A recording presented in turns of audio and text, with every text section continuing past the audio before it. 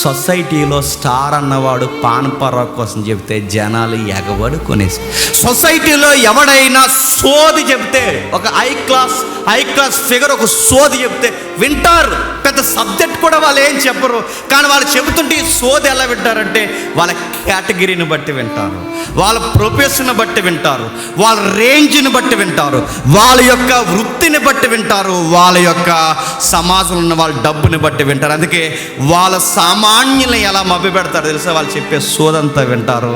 ఈ సొసైటీ ఎవరి మాటలు నమ్ముతుంది చెప్పండి? సొసైటీలో సోది చెప్పేవాడు గొప్పోడైతే అది సోదైనా నమ్ముతారు.